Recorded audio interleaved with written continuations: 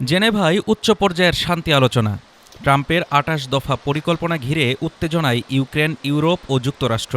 Russia Ukraine যুদ্ধ বন্ধে মার্কিন প্রেসিডেন্ট ডোনাল্ড ট্রাম্পের প্রস্তাবিত ২৮ দফার শান্তি পরিকল্পনাকে কেন্দ্র করে জেনেভায় রবিবার শুরু হয়েছে গুরুত্বপূর্ণ বৈঠক।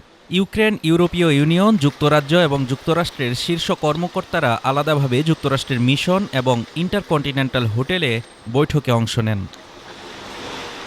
উচ্চ নিরাপত্তায় ঢাকা মার্কিন মিশনের সামনে সকালে কূটনৈতিক গাড়ির সারি দেখা যায়, আর সাংবাদিকরা অপেক্ষা করছিলেন আলোচনার অগ্রগতি জানার জন্য। ইন্টারকন্টিনেন্টাল হোটেলেও ইউক্রেনীয় প্রতিনিধি দলকে E3 জোটের ফ্রান্স, যুক্তরাজ্য, জার্মানি জাতীয় নিরাপত্তা উপদেষ্টাদের সঙ্গে বৈঠক করতে দেখা গেছে।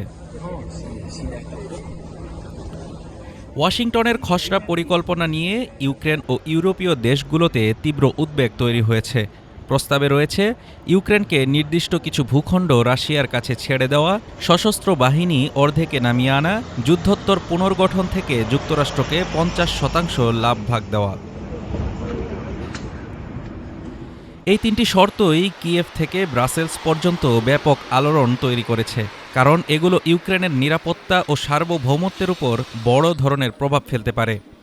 রাশিয়ার প্রেসিডেন্ট ভ্লাদিমির পুতিন শুক্রবার নিশ্চিত করেন যে তিনি নথিটি দেখেছেন এবং মস্কো আলোচনা করতে আগ্রহী, তবে গভীর ও বাস্তবসম্মত শর্ত আলোচনা ছাড়া নয়।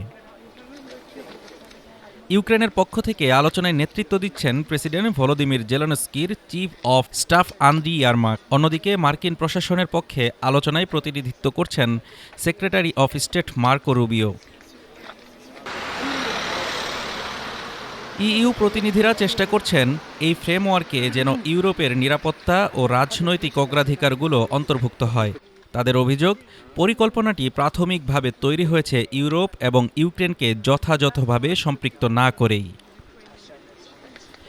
প্রেসিডেন্ট ট্রাম্প এর আগে বৃহস্পতিবার পর্যন্ত একটি সময়সীমা বেঁধে দিলেও পরে তা শিথিল করে জানান, এটাই আমার শেষ প্রস্তাব নয়। জেলেনস্কি চাইলে যুদ্ধ চালিয়ে যেতে পারে তার ছোট্ট হৃদয় দিয়ে। এরপর ট্রুথ সোশ্যালে অভিযোগ করেন যে ইউক্রেন নেতৃত্ব মার্কিন সহায়তার প্রতি জিরো গ্র্যাটিটিউড দেখাচ্ছে।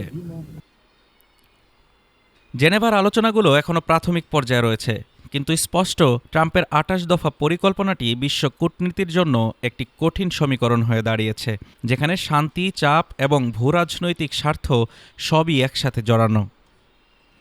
Desk report, Dhaka today.